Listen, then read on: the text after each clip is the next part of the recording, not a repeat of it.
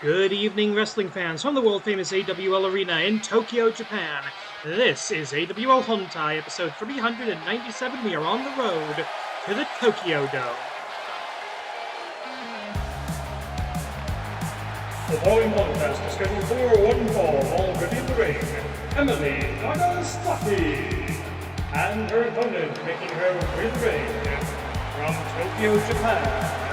Wrestling Prodigy, Wakazaki Ai. Wakazaki Ai, coming off a recent loss to Akira Mederne, looking to avenge herself, make good on her potential here in this contest, and she's going up against the tag team partner of the AWL Joshi champion. Now, I have been told we're having some trouble with our cameras, so the hard cam is, I think, the only one we've got working at the moment. We're going to try and get that fixed throughout the day, throughout the episode tonight. But starting off with a tombstone pile driver. To a normal person, that's a finishing hold or a finishing move. But to Emily Nagasaki, to the 10 pounds of muscle in a 5-pound bag, that's how you start the match. We've got 2 championship matches tonight. Jessica Kidd, the tag team partner of Emily Nagasaki, will defend the AWL Joshi Championship against Usa-chan. Oh, look at that! Perfect double stomp over the top rope by Wakazaki Ai. For someone so young to have such incredible technique is just amazing. That's why we call her the Puroresu Prodigy. Also, for the first time, Yamada Jiro defends the AWL Intercontinental Championship against one of the men he failed to pin in the 6-way scramble match. That is the Scion of Submission, Chiba Akagi.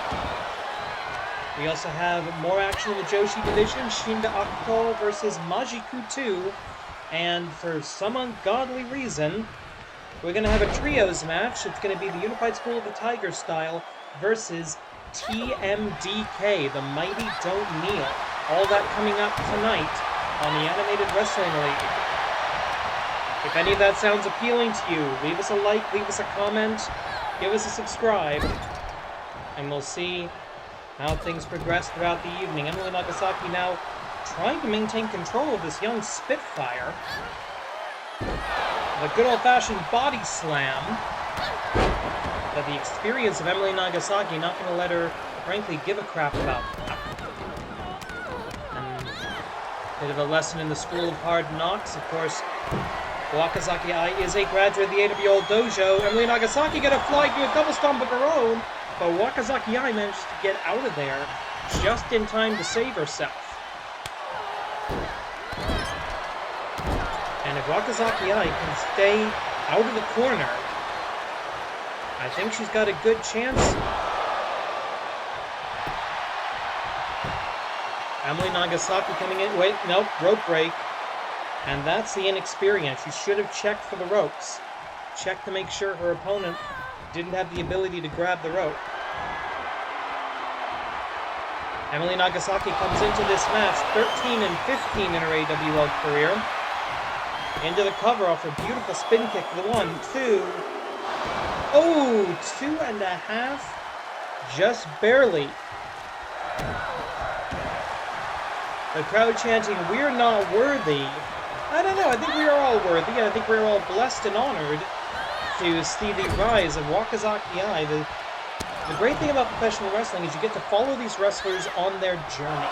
From trainee, whether it's Young Lion, or Jobber, or NXT, or whatever, or the Coconut Loop, up through multiple promotions over their careers, and hopefully you get to see them reach the highest of heights. You get to see them make good and make it big in the world of professional wrestling. 6.5 minutes left on the 10-minute time limit. Emerald Flosion, but again too close to the ropes. That's something she's going to have to work on.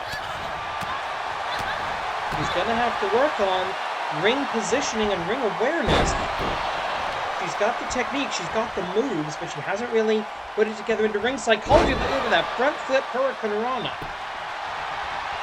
And now dead center of the ring, nowhere to go. 6 minutes on the clock. as Emily Nagasaki once again kicks out before the final and fatal 3 count could be registered. And what does Wakazaki I think? Another spin kick. Swing and a miss, unfortunately. Snapmare takedown. Oh! Oh, God, did you see the head snap? Did you hear the snap of Wakazaki Ai's head before she gets dropped into the Nagasaki lock? The Nagasaki lock getting barely broken out of there with about 5.5 minutes on the clock. And finally, I think we got some of the cameras working. Wakazaki Ai with a nice low vertical suplex. Going up to the top rope. Maybe a strategic error here, letting her opponent stand. Oh, but she nails at least 1 foot of that top rope drop down. And now the Fujiwara, yeah, that's the Fujiwara armbar, and she is perpendicular. And again, sorry about the camera issues. We will hopefully have that fixed by our next match. A Wakazaki Ai with the Fujiwara armbar, taking out, defeating, beating the 10 pounds of muscle in a 5-pound bag. Let's see if we can get some other camera shots. That was a gorgeous piece of wrestling. Wakazaki Ai, 16 years old, folks. And there we see it from another angle. That's a normal Fujiwara. Notice how deep she gets in that. Nowhere to go, no choice but to tap out.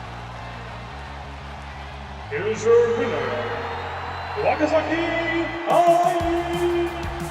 Oh, wait a minute. Akira One-san, we are 1-1. You want to do it again? And that, folks, was a challenge. Continuing our action in the Joshi division, Light versus Darkness. The following contest is scheduled for 1 fall. Introducing first, taking over in the ring, from Mexico City, Mexico, MAJIKU 2. As MAJIKU 2 jumping into the ring, as is the wont of her family. MAJIKU looking for only her 2nd win in AWL competition. She's 1-6 in her career. Shinda Akuko, her opponent, 1-1. Both of these two debuting this season, though MAJIKU 2 debuting at the very start of the season.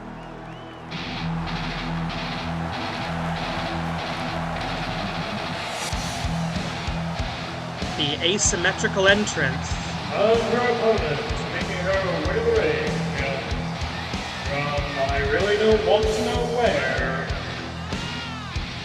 Shinda Akuko.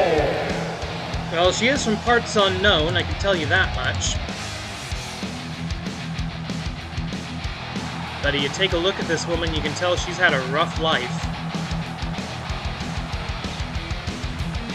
And I'm starting to think professional wrestling is the only way she gets to express herself without going to prison. Bringing her own weaponry to the ring, one of the most aggressive women we've ever seen here in the Animated Wrestling League. She's not here to win a wrestling match, she's here to win a fight. MAJIKU 2, the 2nd generation luchadora.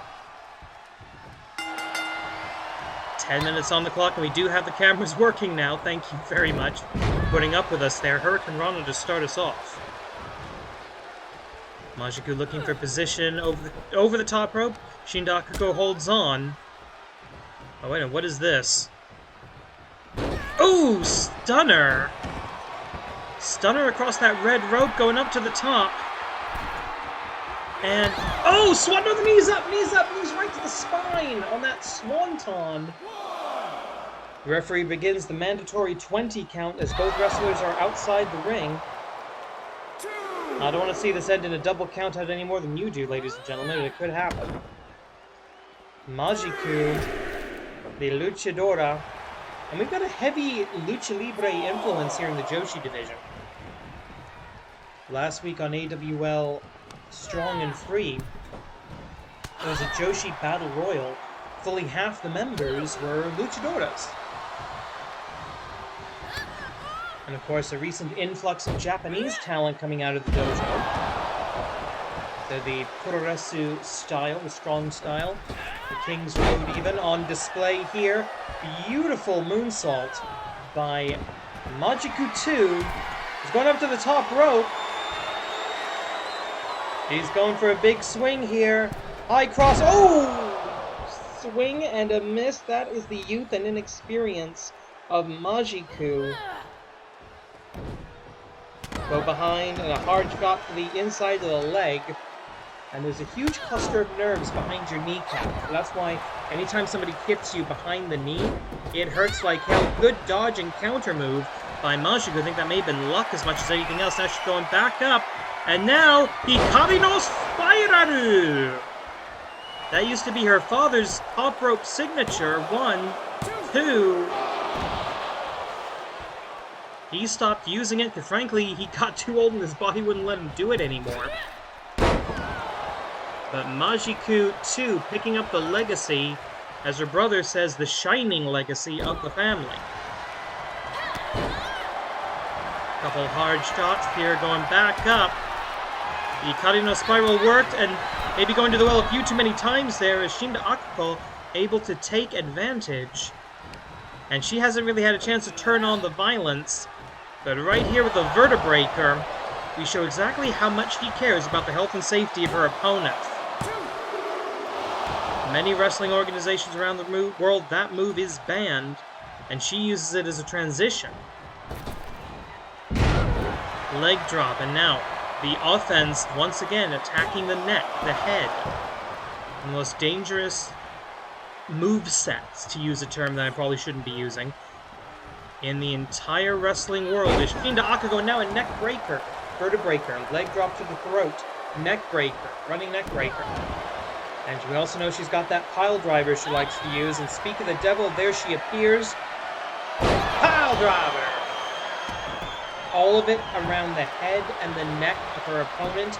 She could snap a vertebra very, very easily with this kind of offense, and she does not give a shit. Yeah, I don't think MAJIKU 2 can survive if they try to fight forever. But Shinda Akuko, the aggression, has served her well. Even in the match that she lost, she did a whole lot of damage. Ooh! And again, chop right to the throat, going after the windpipe, going after the air of the opponent. Another kick to the midsection. Straight jacket neck breaker.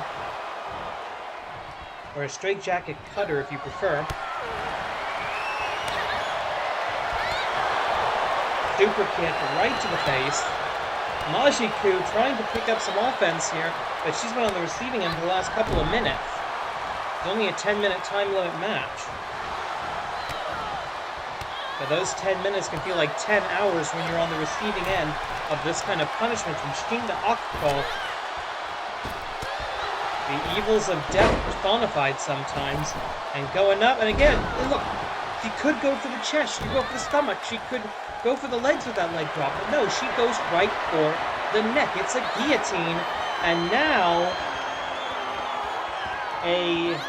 a submission move, again, targeting the head, the neck, the nose, the shoulder area of the opponent. This is a targeted assault. Open takedown. 5 minutes left. And now it's Shinda Akuko who goes for a big splash off the top, and it doesn't work. And that's going to give MAJIKU the opportunity to build something. I don't know what.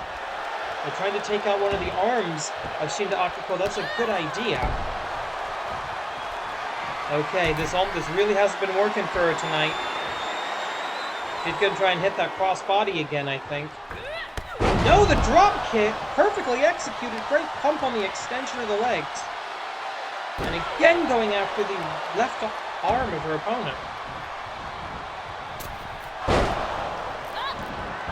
Swing and a miss, but at least she lands on her feet, rolls out of the way of an attack.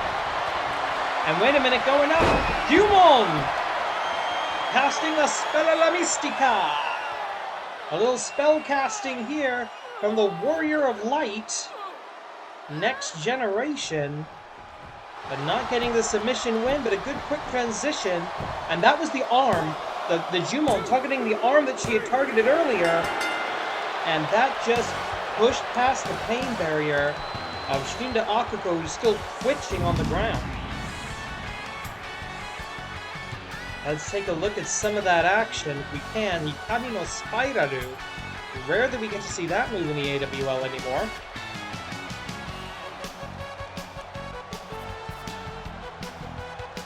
The Vertebreaker, the pile drivers, the leg drops to the throat. Incredibly dangerous. There's that pile driver right there. But in the end, another shot of that, because we're kind of gruesome here, I guess. In the end, it was the Jumon capitalizing on the targeting of the arm, of the left arm, of Shinda Akuko. Here's your winner, MAJIKU! MAJIKU picking up an important win as we conclude this season of the Animated Wrestling League, Season 20. Going into the future, every victory here, that's going to give her new opportunities, bigger matches, contendership matches, maybe a chance to get into the best four, maybe even a chance to become the AWL Joshi champion, which we will see defended a little later tonight.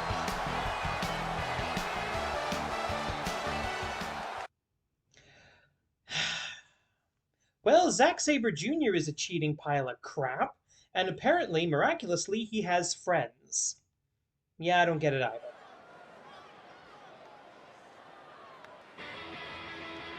The following Trios contest is scheduled for one fall, introducing first the Trios combination of Shane Haight, Mikey Nichols, and the New Japan Pro Wrestling World TV Champion, Zack Sabre Jr.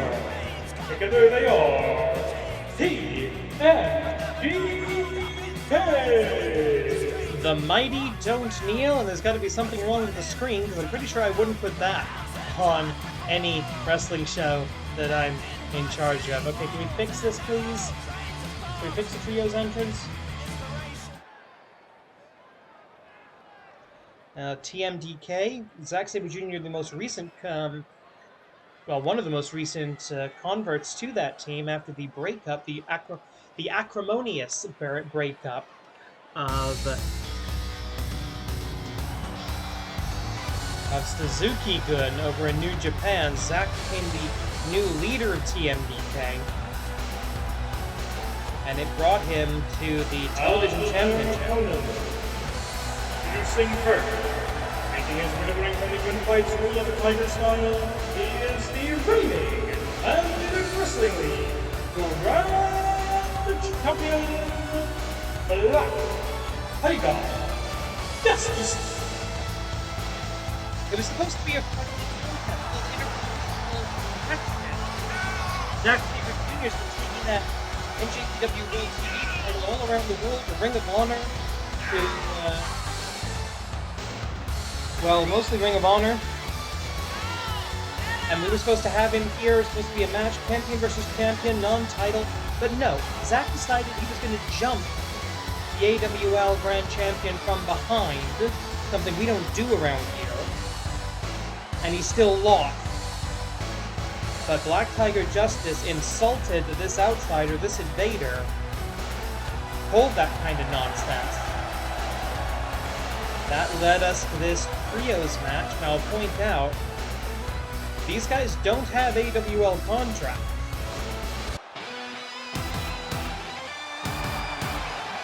But these guys do. And his partners, the tag team combination of Tiger Sabaku and the reigning Oshoga Taikai champion, Tiger Mask 2, Tiger Mask W. Together they are the unified Tiger style. I would be remiss if I did not mention, Tiger Mask 2 is the #1 rank in the AWL Best 4. Tiger the Dark is the #4 rank.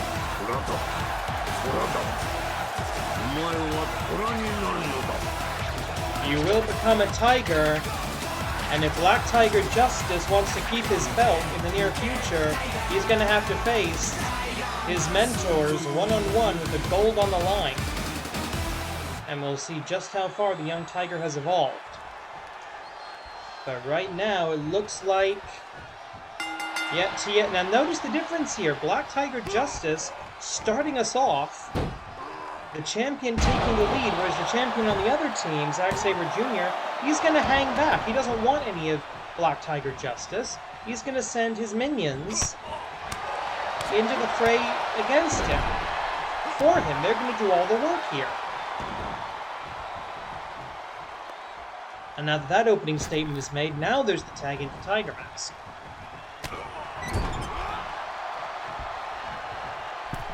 Taking a quick look at some of the data that I've got here on TMDK. They started off in really in Pro Wrestling Noah. That's where they became a big deal before moving over to Shinihon Puroresu. Beautiful tiger salt there. Double check.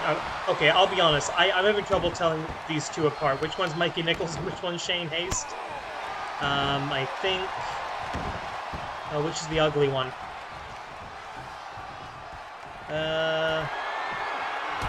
Well, wait a minute. Zack Sabre Jr. with an attempted cheap shot on the Grand Champion. And I'm pretty sure that's... Yeah, I'm pretty sure that's... Mikey Nichols in the ring? Question mark? I don't know. I really can't tell. I really cannot tell these guys apart. European uppercut by Tiger Mask 2. Now notice how Black Tiger Justice really hasn't been tagging in Tiger the Dark here all that much. Tiger the Dark, a little more worried, perhaps, is the champion of that particular challenger. And the Black Tigers trying to prevent any interference by the rest of the Mighty. And now, Tiger the Dark, your legal combatant, and we're going to see what the number 4 rank of the AWL Best 4 can do. Hurricane Rana, and Tiger Mask 2 jumps down, he knows. The Black Tiger feint kick it. Wait a minute, we got caught! Sorry, I think that is actually Shane Haste. I've just identified the tattoos. Shane Haste making the catch. And going up with a power bomb. Almost an Ibushi-esque power bomb.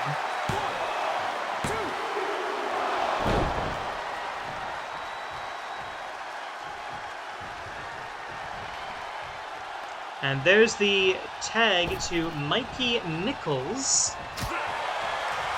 Mikey Nichols, 37 years old, from Perth, Western Australia.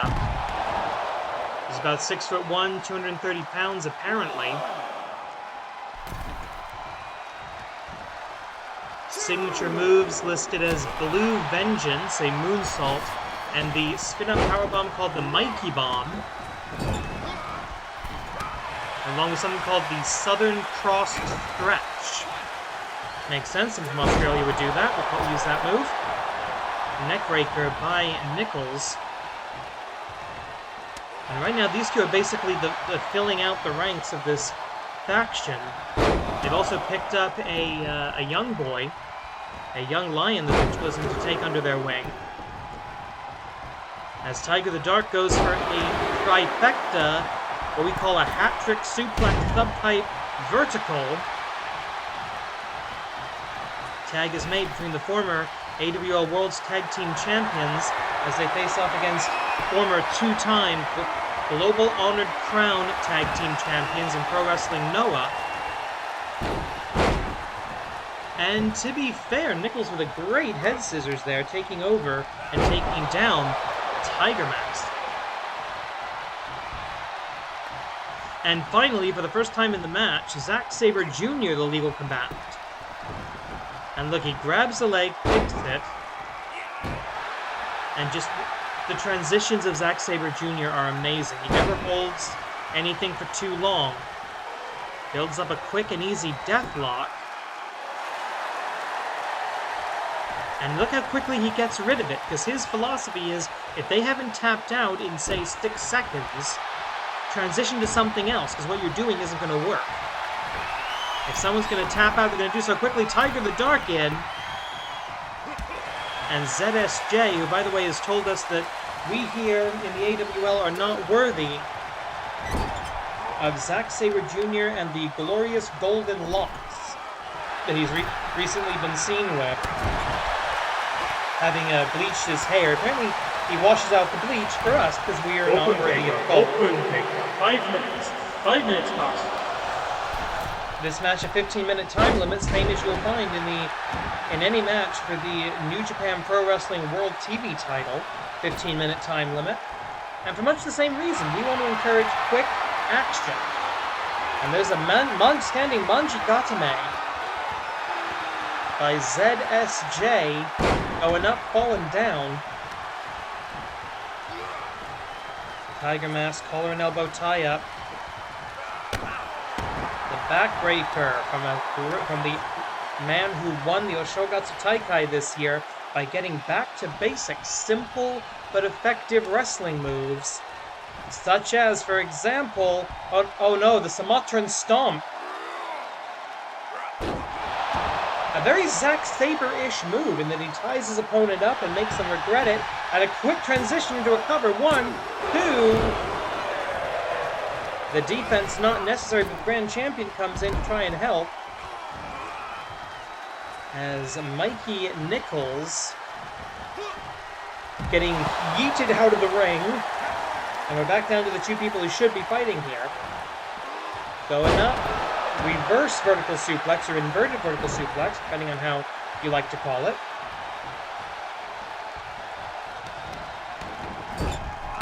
Face first into the corner. And the Grand Champion dealing with Nichols on the outside. Tag Kogeki by Tiger Mask. Double shoulder tackle to Zack Sabre Jr. Swing and a miss, but a great arc, great flight by the Black Tiger. Wait, what do we have here? Ooh! Fireman's carry, Gutbuster, and a Snake Eyes, the Black School of the Tiger style, showing what they can do against TMDK here. No. I was about to say going up, but not quite. As Shane Haste, who I believe is now the legal combatant, goes up to the top rope. What could he be thinking from there? Black Swan Splash. No. A diving lariat and a standing moonsault. He's known for the Black Swan Splash, the Bomb Valley Death, and the Friend Zone,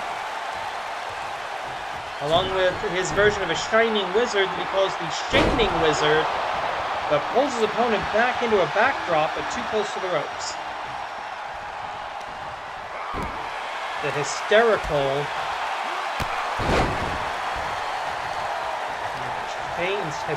Shane Haste, I'm being told he's called. Tag made, in comes Black Tiger Justice. Kick to the midsection, going up. Black Tiger Buster, that could end it right there. Black Tiger Buster kick clean into the cover. If the other Tigers can prevent a defense here, and no, they cannot. Shane Haste in there to save his longtime tag team partner. Those two have gone through it in New Japan, All Japan, Noah, NXT even, and a rope break a little too close to the corner there. And Black Tiger Justice, not a tall man. Or not a tall tiger, I should say. Uh-oh, here we go, going for another... Oh! Huge power bomb. And there's the frustration on the hysterical one on the Black Swan.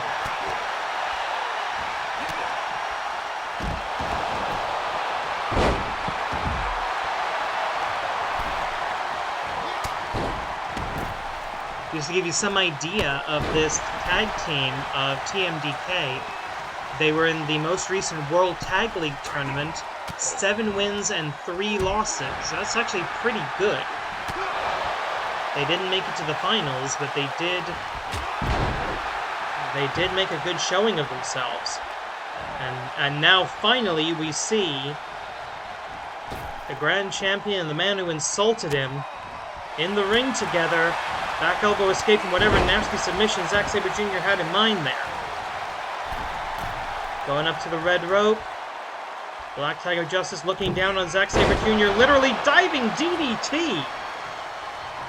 Deep into the playbook, I don't think I've ever seen him do that. An emphatic statement against Zack Sabre Jr. Snap vertical suplex. As we get into the cover here, Tiger Mask with cover one, only one. 10 minutes. 10 minutes. And you just heard the call, 10-minute, wait, standing Manji. Manji Gadame. Call it the octopus hold if you prefer. But ZSJ kicking out after 10 minutes. And again, 15-minute time limits in his title defenses. If he's this strong 10 minutes in, that title is going to be his as long as he wants it. But this is not one-on-one, this is a trios match. As we see Mikey Nichols up at the top rope, now goes for the moonsault, and he nails it! Mikey Nichols with the blue vengeance, he calls that moonsault.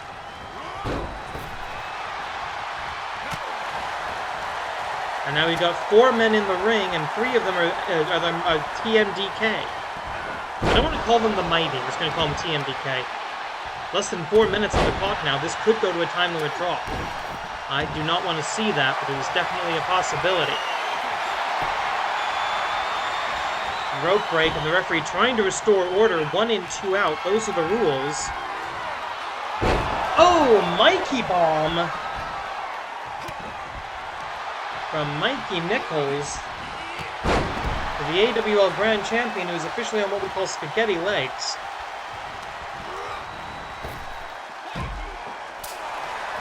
And I believe the legal fighters are Tiger Mask 2. Actually, I'm not entirely sure who the legal fighters are right now. But Mikey Nichols targeting the Grand Champion, I understand that. Spine to the hardest part of the ring, and yes, Mikey Nichols and Tiger Mask 2 are legal fighters. 3 minutes. 3 minutes left. Time calls in English and Japanese, and I believe the Australians can probably understand the English, I don't know. Sit out suplex, Falcon's Arrow.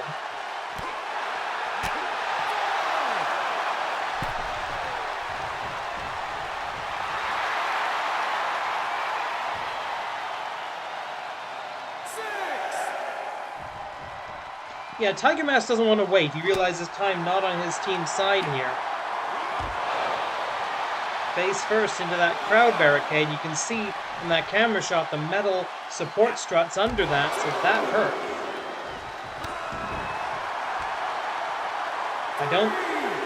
Considering the rate that Joey Baba Ganoush of the famous Baba Ganoush wrestling family likes to count, I don't think a count-out's a possibility now. 残り2分 2 minutes. 2 minutes left. Snapping vertical suplex. I believe up to 5 now. 6. And once again, in and out, the classic AWL game of cat and mouse. Oh! Did you hear the clang? Did you hear that clang? That echoed out the entire AWL arena. Tiger Mask busted open. He's going to be bleeding under the mask. That means he's not going to be able to wipe the blood out of his eyes. That Tiger Bomb on Zack Sabre Jr. almost by sheer luck. Tag made to the AWL Grand Champion. Tiger Mask 2 is out. This is 2-on-3 now. Tiger Mask, I guarantee you cannot see what he's doing. Black Tiger Buster going up. Isatsuwaza B. Black Tiger Buster. Cover 1, 2. 1 minute. No. 1 minute left. 1 minute on the clock. Standing. No. The standing star blocked by the knees of Zack Sabre Jr. Wears his knee pads really, really low. Barely getting past regulations on that. And what is he thinking? Russian leg sweep. He likes the seated Manji Gadame. And he's got the Grand Champion all tied up in knots. Oh, phew. Broken up by his sensei, Tiger the Dark. And now, but quickly into a cover. Can Tiger Mask break it up? He can't see what he's doing. And Zack Sabre Jr. just pinned the Grand Champion.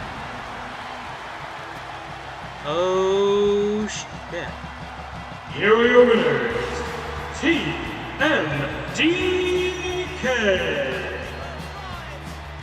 Wait, what? Well, I don't know if that's true, but if it is TMDK coming to Strong and Free? First of 2 title matches tonight. IC title on the line. The following contest is scheduled for 1 fall, 1 submissionary knockout to decide the winner, and it is for the Animated Wrestling League's Intercontinental Championship.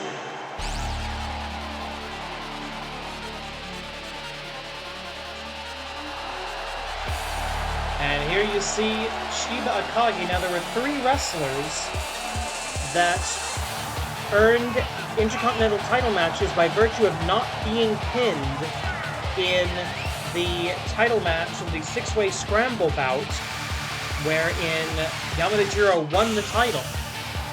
And Chiba Akagi having the best win-loss record of the 3, the others being Satoshi Tobu and the Great Tanuki.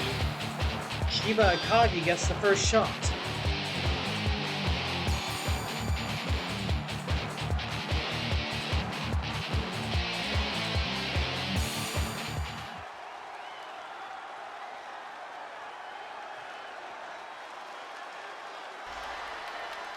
If Chiba Akagi is not successful, the Great Tanuki gets the next opportunity, and there you see it. Yamada Jiro, for the first time in his career, actually holding the AWL Intercontinental Championship belt, a title he didn't even want to see in the AWL, a title he despises. He says it's way too foreign, it stinks of sports, of American-style wrestling. Notice how casual he is about it, showing no respect to the championship belt. And he's coming here in force. We see the very kind assistants in the back, the office lady, Sakai Reina, literally getting pushed around by her boss. Up in the front, Zaidan J, the Japan Foundation, bringing Japanese business culture and work ethic to the world of professional wrestling. And in Yamada Jiro's opinion, showing the inherent superiority of Japanese culture over inferior, filthy, stinking gaijin.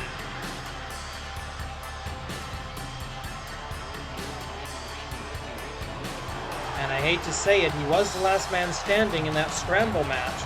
He is the Intercontinental Champion. If he can defend that 5 times, he will get to cash it in for the AWL Grand Championship, whether that be held by Black Tiger Justice or somebody else. There you see it, the blank faceplate representing the limitless potential of the Intercontinental Champion. We now go to ringside for the official introductions for this championship match. Introducing first the challenger, fighting out of Yokohama, Japan, the scion of submission, Chiba Akagi. And his opponent, he is the reigning and defending Intercontinental Champion, tonight making his first title defense, fighting out of Kyoto, Japan, the pure spirit of Kuro, the CEO of Zaidan J, and Yamada Jiro. This is an officially sanctioned Intercontinental Championship match under the auspices of the Animated Wrestling League, AWL Commissioner presiding. At the sound of the bell, AWL Senior Official Joey Volkanoush in charge. First of 2 title defenses. The Joshi Championship to be defended in the main event, but right now, it's all about that contender's title. Some companies have briefcases. Some companies have medallions forged by the gods. Other companies have giant inner tubes and poker chips. We have the Intercontinental Championship here in AWL Hontai, and over in Strong and Free, the Canadian National Championship. And wait a minute, immediately in this match, a double arm wringer transitioned very quickly into a pinning predicament. The referee a little slow to get to the count there. I think he held him for at least 3 seconds, but senior official Joey Baba Ganoush of the famous Baba Ganoush wrestling family slow on the call. We call Chiba Akagi the scion of submission. He is a submissions expert. However, he does know how to transition from a submission hold to a pinfall very, very quickly. And that's something that tends to take his opponents by surprise. And Japanese wrestler versus Japanese wrestler with a Japanese arm drag, a little bit of extra oomph on the legs. 1 minute in, it's been mostly Chiba Akagi, but finally, Yamada Jiro showing up to work. Vertical suplex. Oh no, drops him with the Falcon Zero, or a modified version of it at least. Yamada Jiro, who likes to steal from all the greatest Japanese wrestlers. You'll see him use the Rainmaker, the Liger Bomb, the Kinshasa, or the Bombaye, I should call it. And now going through, wait a minute, cattle mutilation from one of the greatest submission wrestlers of all time. And just the bridging ability, the core strength it takes to hold a move like that. But fortunately for him, Yamada Jiro able to roll out of it. Never show your back to a submissions expert. The AWL Grand Champion learned that the hard way just a few moments ago. And going up, Manji! Back to the Manji Gatame. And that's being held in tight. Wrenching on the arm now. We just saw Zack Sabre Jr. win a match with a seated Manji Gatame, the standing. Into a quick submission, from the submission to the pinfall, just like I was saying, and that's it, we have a new champion!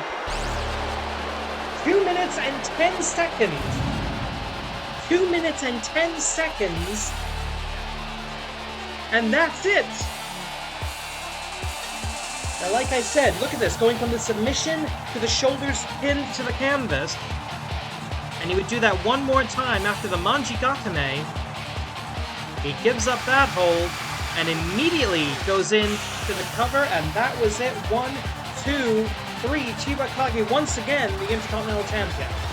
Here's your winner, and the new World Wrestling League Intercontinental Champion, Chiba Akagi. It only takes 3 seconds, ladies and gentlemen.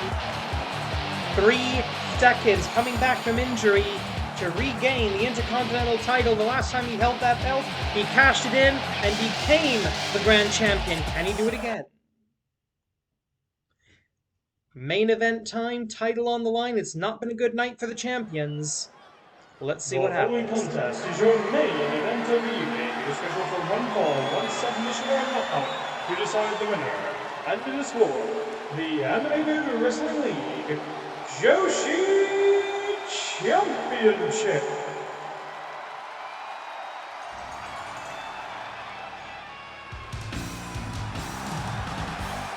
On paper, this goes to the champion. Usa-chan, 26 and 28 in her AWL career, a ratio of -2. And her opponent, 26 and 19, a ratio of +7. But a lot of times in wrestling, it's not just the win-loss record. It's not just the tail of the tape that tells you who's going to win a contest.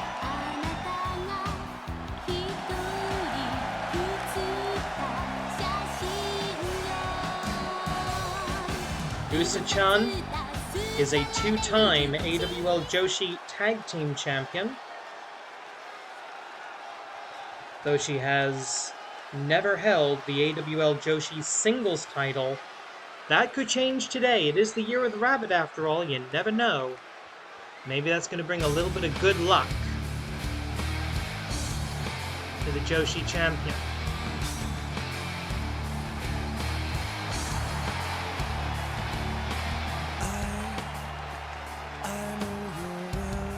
Lady Smooth Jessica Kidd, the second generation World of Sports style, British style professional wrestler, in her second reign as AWL Joshi champion. She was the 6th Joshi champion. 0 title defenses before losing that to Joya. And now she is the AW the 16th, 10 title reigns between her two.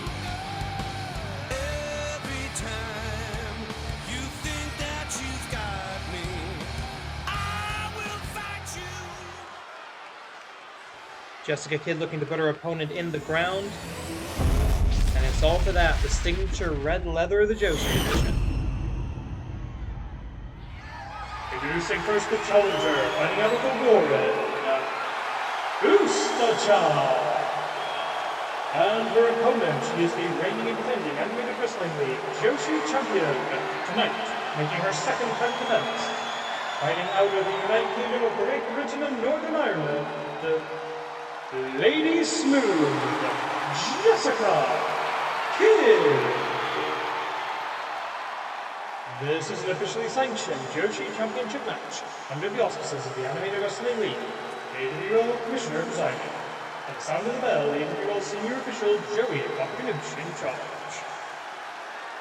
And in 30 minutes, we will know if the luck of the rabbit in the year of the rabbit is on the side of Usa-chan. Can she gain her first ever singles gold here in the AWL? Bang a gong?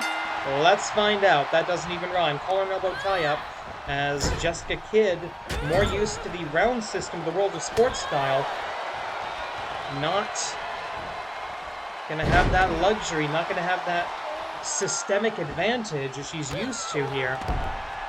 But Usa-chan still needs to watch out for the white knees of Dover, as Jessica Kidd needs to watch out for the leg strength and the leaping ability of the Rabbit K wrestler. Usagi case. Oh! And notice how she got closer to her opponent to throw off the distance there. And then that, not the second time. Again, the leaping ability, the jumps, the kicks, the springboards, all of that of Usa-chan, best in the league, best in the Joshi division on either brand. Hontai, strong and free, doesn't matter. And of course, the AWL Joshi champion able to float between brands to take on all challengers from Japan, from Canada. It's a grueling schedule for the champions, but it's one that they will all take proudly.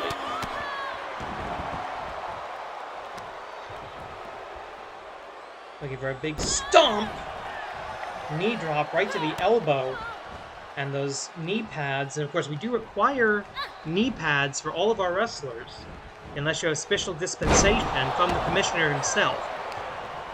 Usa-chan has hers under those stockings of hers, but Lady Smooth Jessica Kidd, she wears those white knee pads that she calls the white knees of Dover very proudly and uses them to knock people out, as Usa-chan looking for one of her signatures, bunny hop, bunny hop, bunny hop by Usa-chan, and she could become the Joshi champion right here, right now. 1, 2. The fans reminding us that was in fact only 2. The bunny hop didn't work. Maybe we take it up a level. Bunny hop extreme!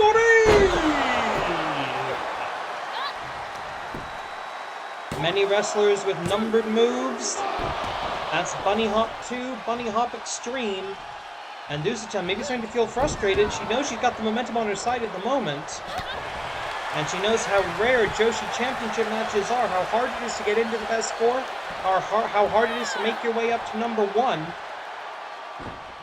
Usa-chan getting into this position essentially by winning the Beat the Clock challenge about a month ago now.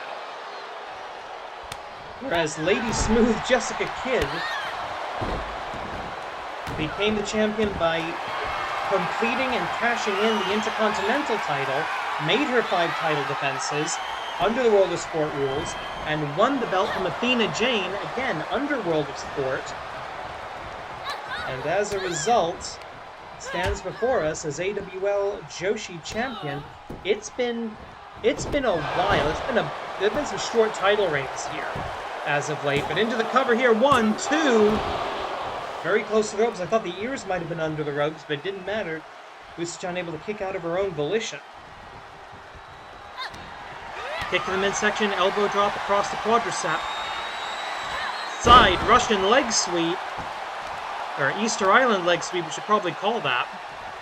Get it? Rabbits, Easter, Easter. Never mind. It's kind of colonialist of me to say that, so we're not going to do that anymore.